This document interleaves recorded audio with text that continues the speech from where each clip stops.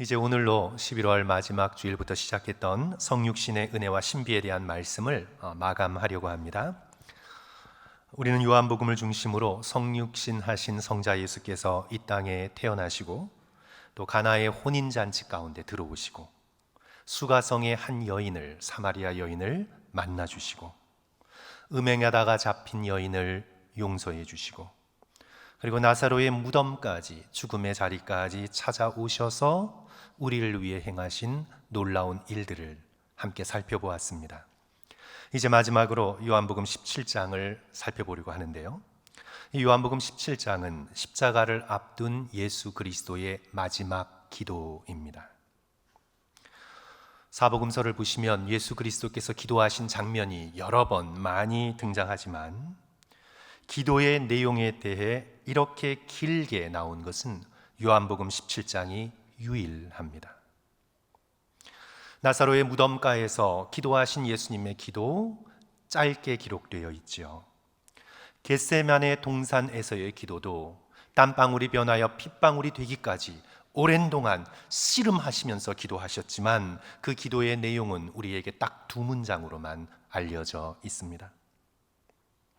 제자들에게 가르쳐 주신 주기도문의 기도 자세한 편이지만 오늘 요한복음 17장의 길이에 비할 바 되지 못합니다.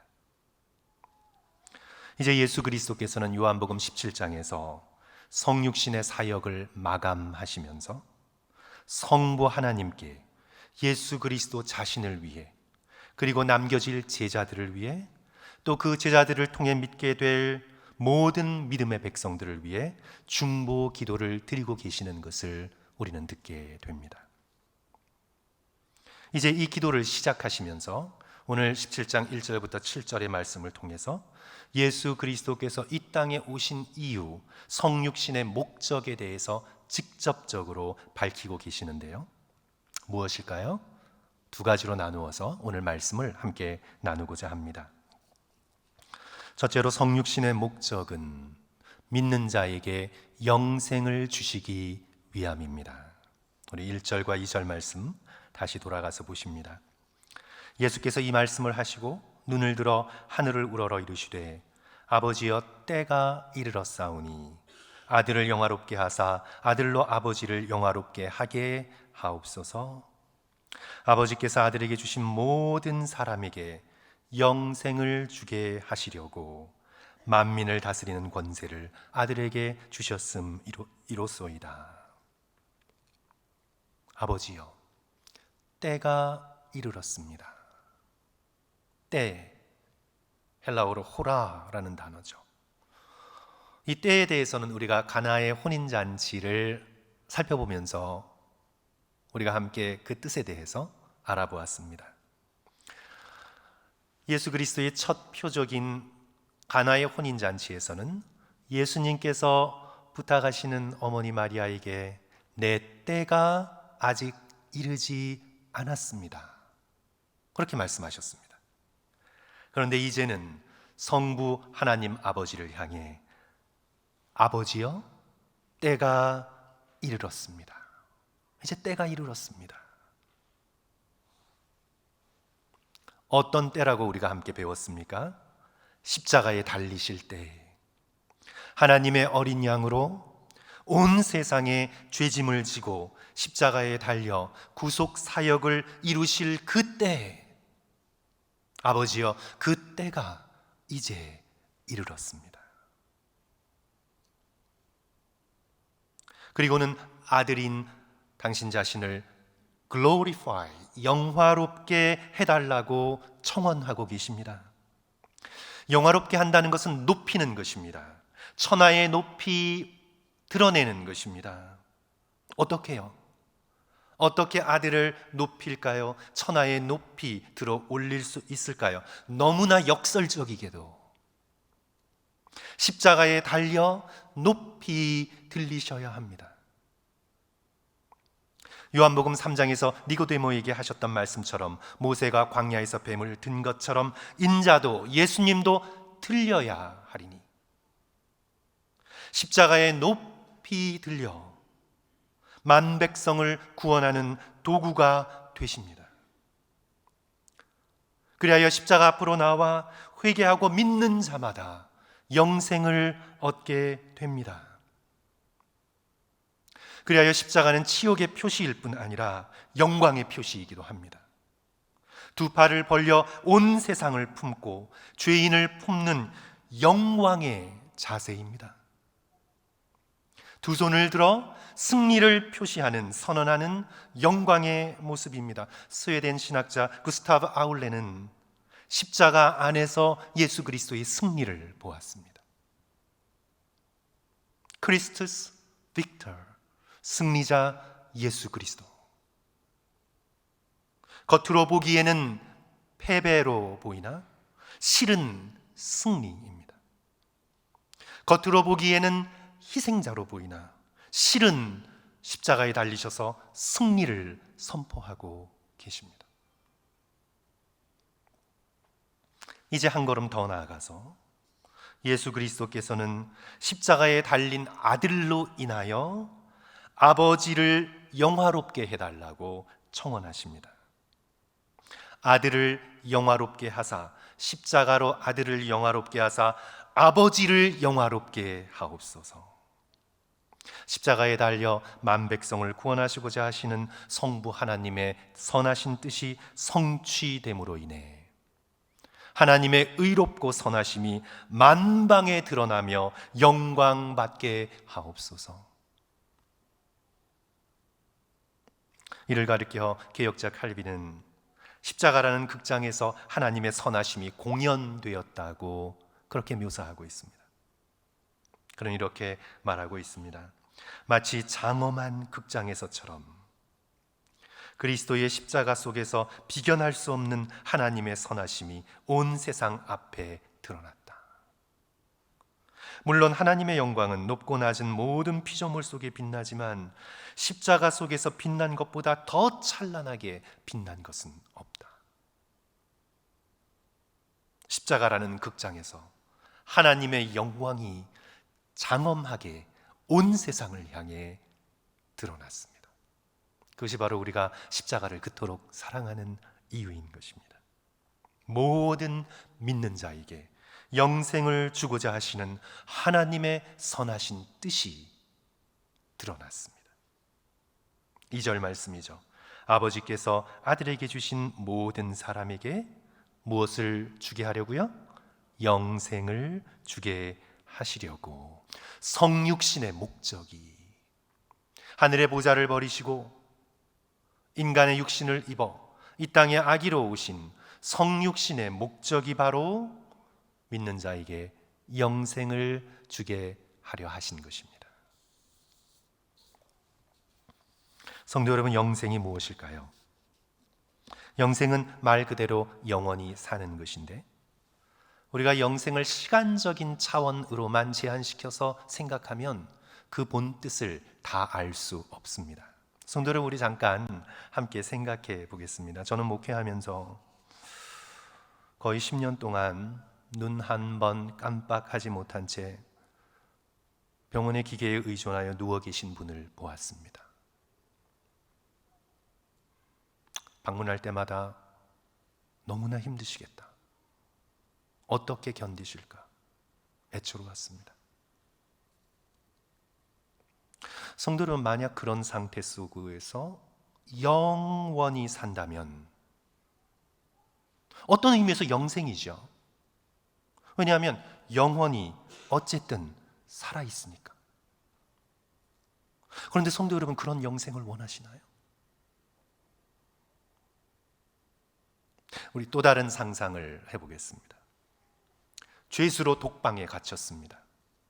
이제 평생 아무도 만날 수 없습니다. 자, 평생이 아니라 영원이라고 한번 생각해 보십시오. 영원히 완전히 격리된 채 영원히 살긴 살아요. 영생, 살긴 살아요. 그러나 완전히 격리된 채 영원히 살아간다면 오히려 죽음보다 더 비참하지 않나요? 성경에서 영생이라고 말할 때 아이오니어스 조에 eternal life라고 말할 때 단지 시간이 연장돼서 영원히 산다는 것만으로는 그 뜻을 다 알 수 없습니다. 영생, eternal life는요, 단지 시간적인 것만이 아니라 생명의 퀄리티, 생명의 질을 의미합니다. 요한복음 10장 10절에서 예수 그리스도께서 이렇게 말씀하시죠. 도둑이 오는 것은 도둑질하고 죽이고 멸망시키려 하는 것뿐이요. 자, 내가 온 것은 양으로 생명을 얻게 하고 어떻게 해요? To the full, 더 풍성히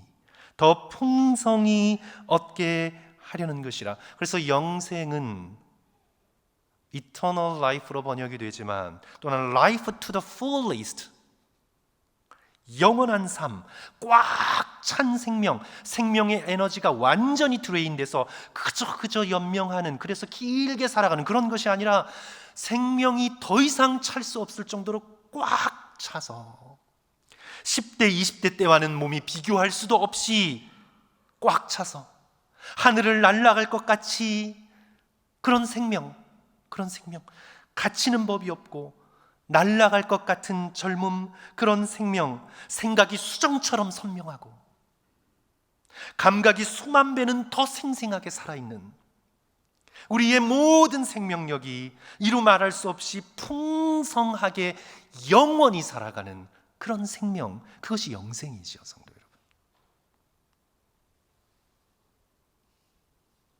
이 영생은 그냥 주어지는 것이 아니라 생명의 근원 되시는 삼위일체 하나님 안에 있는 생명을 얻어야만 가능한 것입니다.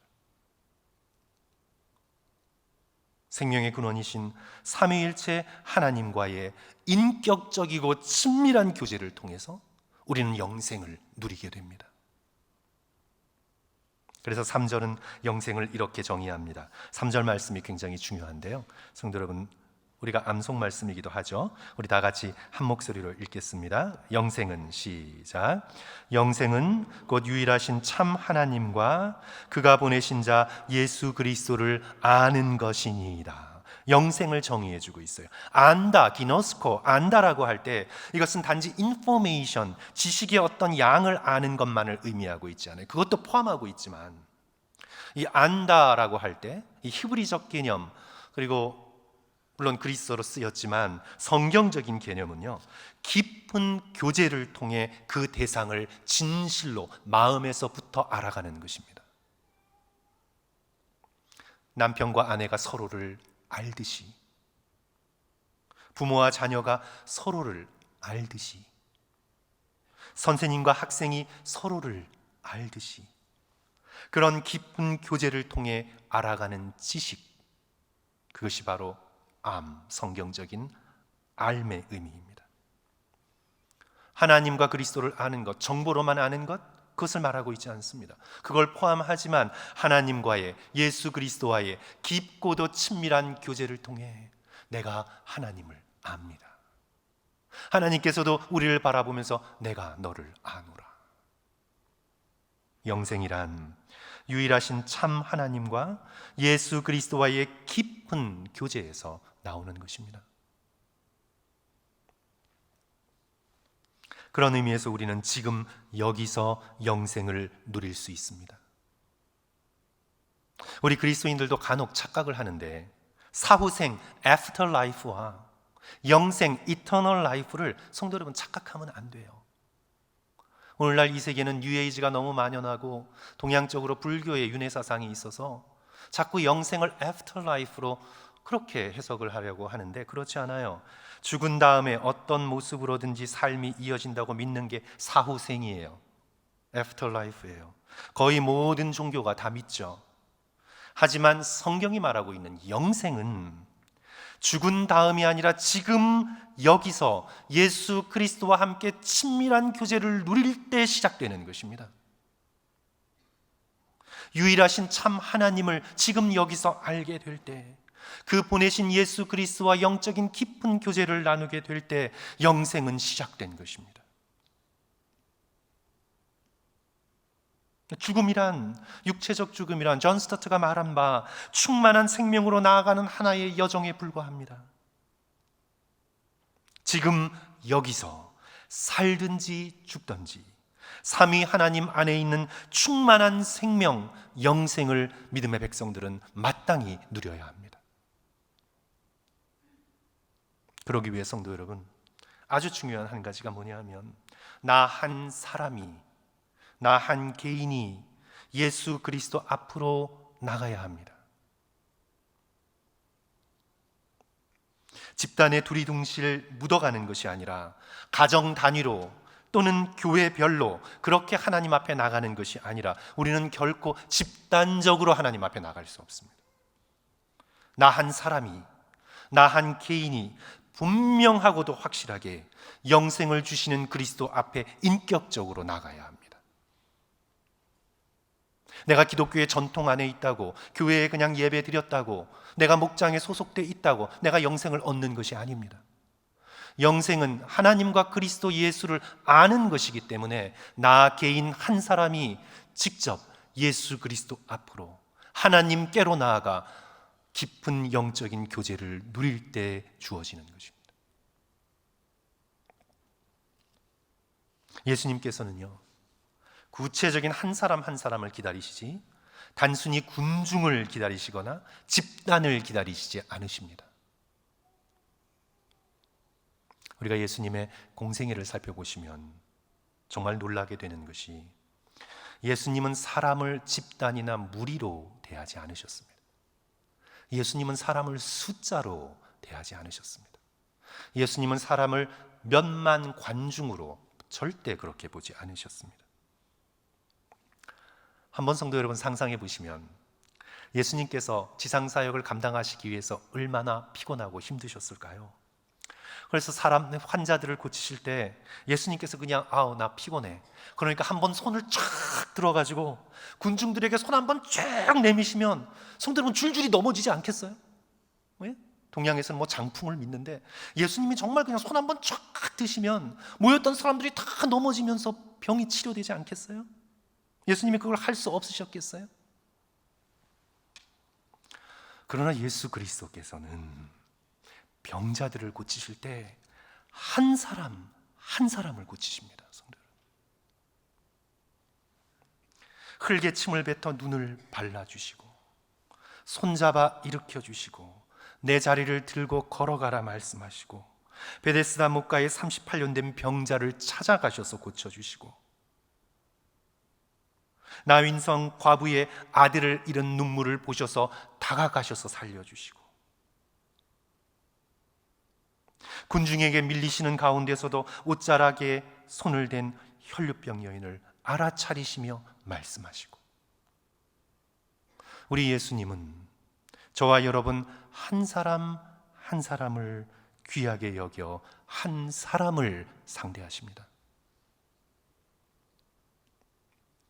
수가성의 사마리아 한 여인을 찾아가시고 니고데모와 한밤중에 오랜 대화를 나누시고 삭개와 한 사람을 불러들여 집에 들어가 잔치를 베푸시고 99마리의 양을 놓고 잃어버린 한 마리를 찾아 나서시며 나 한 개인의 머리털어까지 다 세신 바 되었습니다. 예수 그리스도께서는 한 사람 한 사람의 발을 씻겨 주십니다. 예수 그리스도께서는 나 한 사람을 기다리십니다. 그러므로 사랑하는 성도 여러분, 영생을 얻기 위하여 예수 그리스도께서 주시는 풍성한 생명을 얻기 위하여 하늘 보좌를 버리시고 십자가의 자리까지 찾아오신 예수 그리스도 앞으로 바로 여러분이 나가십시오. 여러분 한 개인이 예수 그리스도 앞으로 나가십시오. 영생을 얻기 위해, 풍성한 생명을 얻기 위해 예수 그리스도 앞으로 나가십시오. 예수님에 대한 여러 가지 정보는 알아서 구원의 확신은 있으나 여전히 내 마음이 세상의 욕심 속에 염려에 빠져 그 풍성한 생명을 누리지 못하고 계시다면 다시 십자가에서 우리를 기다리시는 예수께 저와 여러분 한 사람이 나아가서 약속하신 풍성한 생명을 얻고 누리시는 성도들 되시기를 주님의 이름으로 간절히 축원합니다. 둘째로 오늘 말씀이 우리에게 가르쳐 주시는 성육신의 목적은 하나님 아버지의 이름을 나타내기 위함이었습니다. 우리 4절 말씀 저희들 함께 봅니다. 아버지께서 내게 하라고 주신 일을 내가 이루어 아버지를 이 세상에서 영화롭게 하였사오니. 예수님의 사명은 당신 자신의 어젠다를 이루는 것이 아니라 당신을 보내신 성부 하나님 아버지를 드러내는 것이었습니다. 우리는 사실 교회 안에서 여러 가지 일을 하면서도 나 자신을 드러내잖아요. 그러나 예수 그리스도께서는 당신 자신을 알리고 당신 자신을 드러내려 하는 것이 아니라 예수 그리스도의 사명은 당신은 숨기시고 오직 하나님 아버지를 드러내기 위하심이었습니다. 그래서 공생애를 통해 이제 십자가의 처절한 순종을 통해 하나님 아버지께로부터 받은 사명을 다 이루어 하나님을 영화롭게 하셨습니다. 그러면서 청언하시기를 5절 아버지여 창세전에 내가 아버지와 함께 가졌던 영화로서 지금도 아버지와 함께 나를 영화롭게 하옵소서. 이제 십자가의 길은 정해졌습니다. 예수 그리스도께서 이제 마음을 정하셔서 더는 돌이킬 수 없습니다. 이제 성부 하나님께 버림받게 될 죄인의 대표로서 십자가를 지시겠지만 그것 역시 앞서 말씀드린 대로 승리의 길이고 영광의 길이니 그 일로 아들을 영화롭게 하시고 궁극적으로 창세전부터 누렸던 성부와 성자 사이에 있는 영화를 부활과 승천을 통해 회복시켜 주시옵소서. 이렇게 기도하고 계시는 겁니다. 그러면서 다시 한번 이 모든 성육신의 목적, 하나님의 본체이시고 하나님과 동등되시나 자신을 낮추어 사람의 모양으로 이 땅에 오셔서 정의 모습까지 순종하시고 십자가의 자리까지 낮아지셔서 죽으시고 그리고 이제 부활하셔서 승천하셔서 태초부터 있었던 성부와 성자 사이에 있던 영화로서 회복시켜 주소서. 이런 모든 성육신의 목적이 이제 기록되어 있어요. 6절 성도 여러분 다 같이 한 목소리로 읽습니다. 세상 중에서 같이 읽겠습니다. 시작. 세상 중에서 내게 주신 사람들에게 내가 아버지의 이름을 나타내었나이다. 그들은 아버지의 것이었는데 내게 주셨으며 그들은 아버지의 말씀을 지키었나이다. 성육신의 목적이 예수님께 속한 사람들에게 내게 주신 사람들에게 내가 뭐요? 아버지의 이름을 나타내었나이다. 아버지의 이름. 고대 세계에서의 이름은 캐릭터, 인격 또는 성품입니다. 이름에 그 사람의 캐릭터, 인격이나 성품이 들어가 있어요. 이름에. 그래서 이름을 더럽히지 말라고 하잖아요. 이름에. 하나님의 이름에 하나님의 인격과 성품이 들어가 있어요. 그래서 이름은 너무나 소중한 거예요. 그런데 타락한 우리는 어렸을 적부터 이름 가지고 놀리잖아요. 그래서 이름은 그 사람의 인격입니다. 그래서 우리 고대 세계에서는요, 또 우리 유교 문화에서도 그렇죠. 조상의 이름을 우리 유교 문화에서도 함부로 부를 수 없어서 아버님의 이름을 할 때 그대로 부르면 안 돼요. 한자 한자 자자를 붙여야 합니다. 우회해서 말했습니다. 왜냐하면 이름은 그 사람의 인격과 성품을 드러내기 때문입니다. 예수 그리스도께서 아버지의 이름을 나타내셨습니다. 이것은 아버지의 성품, 아버지의 그 복되시고 거룩하신 인격을 예수 그리스도의 삶을 통해 세상에 다 알려주셨습니다. 특별히 예수 그리스도께서 하나님의 놀라우신 점을 너무나 많이 알리셨음에도 오늘 이 말씀 속에서 특별히 무엇을 알리셨냐 하면요, 하나님 아버지 되심, fatherhood, 하나님이 아버지가 되신다는 것을 알려주셨습니다. 하나님은 저 멀리 떨어져 있어서 나쁜 일 할 때 인간을 딱 잡아서 심판하고 지옥에 넣는 그런 angry God, 그런 하나님이 아니라 하나님은 Father, 나의 아버지, 파테르, 나의 아버지시다. Fatherhood, 아버지 되심을 알려주셨습니다. 하나님을 아버지 또는 아빠라고 이렇게 친밀하게 부른 분은 인류 역사상 예수님이 유일하신 분이십니다. 성도 여러분, 오늘 본문도 한번 보세요. 심심한데 찾아볼 수도 없고 아버지라는 호칭이 몇 번 나올까요? 우리 한번 찾아볼까요? 오늘 1절부터 7절까지. 자, 1절, 아버지여 때가 이르렀사오니 아버지를 영화롭게 하옵소서. 그렇죠? 2절에서 또 아버지께서, 3절은 안 나오죠? 4절, 아버지께서 아버지를 이 세상에서 영화롭게 하였사오니. 5절은 3번이나 나와요. 아버지여 아버지와 함께 가졌던 영화로서 지금도 아버지와 함께 나를 영화롭게 하옵소서. 6절도 다 읽어야 돼요. 아버지의 이름, 아버지의 것, 아버지의 말씀. 7절에도 2번 나와요. 지금 그들은 아버지께서 내게 주신 것이 다 아버지께로부터 온 것인 줄 알았나이다. 7절에 걸쳐서 무려 13번이 등장합니다. 우리는 예수님의 이 기도를 다 읽지 않았어요. 17장 기도 전체에 얼마나 많이 아버지여 라는 호칭이 나올까요? 집에 돌아가셔서 한번 세보십시오. 그뿐만이 아니죠. 사복음서에서 예수 그리스도의 입술에 올려진 아버지여라는 이 거룩한 호칭, 우리는 계속해서 듣게 됩니다. 누가복음에서 2장 49절 보시면 예수님의 어린 시절에 하신 기록된 유일한 말씀이 나와 있는데, 어머니를 향해서 이렇게 얘기하죠. 어찌하여 나를 찾으셨나이까? 내가 내 아버지 집에 있어야 될 줄을 알지 못하셨나이까? 예수 그리스도의 기록된 첫 말씀도 내 아버지의 집이었습니다. 자, 이제 누가복음에 따르면 예수 그리스도께서 십자가에서 마지막 죽으시면서 하신 말씀, 아버지여 내 영혼을 아버지 손에 부탁하나이다. 예수 그리스도의 첫 마디도 아버지셨고 예수 그리스도의 마지막 외침도 아버지였습니다. 예수 그리스도의 삶 전체가 사랑하는 하나님 아버지를 드러내시는 삶이었습니다.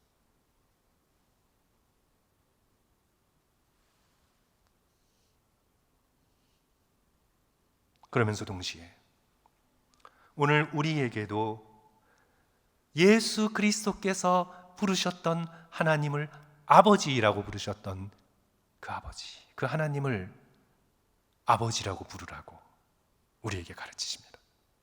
예수님의 아버지만이 아니라 이 하나님은 너희들의 아버지이다. 놀라운 가르침이죠. 주기도문을 가르쳐 주시며 제자들에게 오늘 우리에게 하늘에 계신 우리 아버지요, 하나님을 아버지라고 부르라고 가르치십니다. 먹을 것과 입을 것을 걱정하는 사람들에게 너희 하늘 아버지께서 이 모든 것이 너희에게 있어야 할 줄 아시느니라. 너희 하늘 아버지께서 너희의 필요를 다 아신다. 그러니 염려하고 걱정하지 말아라. 하나님이 우리의 아버지이심을 가르쳐 주십니다. 세상에서 잘못될까 죽을까 두려워하는 자들에게 참새까지도 돌보시는 하나님의 주권에 대해 말씀하시면서 너희 아버지께서 허락지 아니하시면 그 하나도 땅에 떨어지지 않는다고 가르쳐 주십니다. 우리의 믿음의 백성의 모든 삶이 우리의 사랑하는 아버지의 주권에 있음을 믿고 두려워하지 말라고, 너희들은 고아가 아니라고 하늘 아버지가 계시다고 가르쳐 주십니다. 부활 후에 막달라 마리아에게 하신 말씀을 통해 예수 그리스도의 아버지, 부활의 하나님 아버지가 바로 너희의 아버지라고 가르치십니다. 너는 내 형제들에게 가서 이르되 내가 내 아버지 곧 너희의 아버지, 내 하나님 곧 너희의 하나님께 올라간다 하라. 예수 그리스도를 죽음에서 살려내신 하나님 아버지가 바로 너희의 아버지다. 그러므로 너희들의 죽음에서도 살려내실 것이다. 두려워하지 말아라. 예수님의 아버지가 곧 우리의 아버지이고 예수님의 하나님이 곧 우리의 하나님임을 성육신을 통해 예수 그리스도께서는 우리에게 나타내 보이셨습니다. 하나님이 우리 아버지 되심을 오늘 우리에게 무엇을 가르쳐 줍니까? 두려움과 불안을 이길 수 있습니다. 이 세상이 하늘 아버지의 세상이니 어떤 일이 일어나도 아버지의 보호 아래 우리는 안전함을 믿을 수 있습니다. 미래를 온전히 맡길 수 있습니다. 죽음조차도 더 풍성한 생명으로 인도되는 길이 되었습니다. 또 하나님이 우리 아버지시니 은혜의 보좌로 나아가 자녀가 아버지에게 구하듯 담대하게 무엇이든지 구할 수 있는 담력을 얻게 되었습니다. 나 혼자 구석에서 걱정하고 해결하는 것이 아니라 무엇이든지 아버지께 구할 때 하나님 아버지께서는 우리에게 지혜를 주시고 능력을 주셔서 가장 좋은 것을 이루게 해 주심을 믿습니다. 한마디로 우리는 아버지 되시는 하나님의 날개 아래 이 땅에 살던 죽음을 통과하던 천국에 살던 절대적인 평안을 누릴 수 있음을 믿습니다. 사랑하는 성도 여러분, 성육신을 통해 예수께서 가져다 주시는 이 eternal life, life to the full, 완전한 꽉 찬 영원한 생명을 받아 이 땅에서 누리시기를 주님의 이름으로 간절히 축원합니다. 하나님이 지극히 선하신 나의 아버지이심을 믿고 이 땅을 믿음으로 함께 걸어가는 저와 성도들 되시기를 주님의 이름으로 간절히 축원합니다.